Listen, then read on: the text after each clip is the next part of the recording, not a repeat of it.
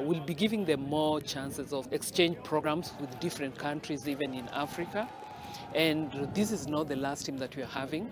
We'll continue developing these ones as we also talent for new talents, so that at least by the time the competition comes, we have the right team for the country.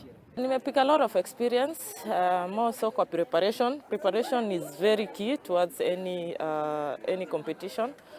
So, and again, lazima combine training na nutrition. Hiyo ndo kitu nimepick the most, that nutrition inambatana pia na training. So, these are some things that we can work on, and for a better performance that we have to do.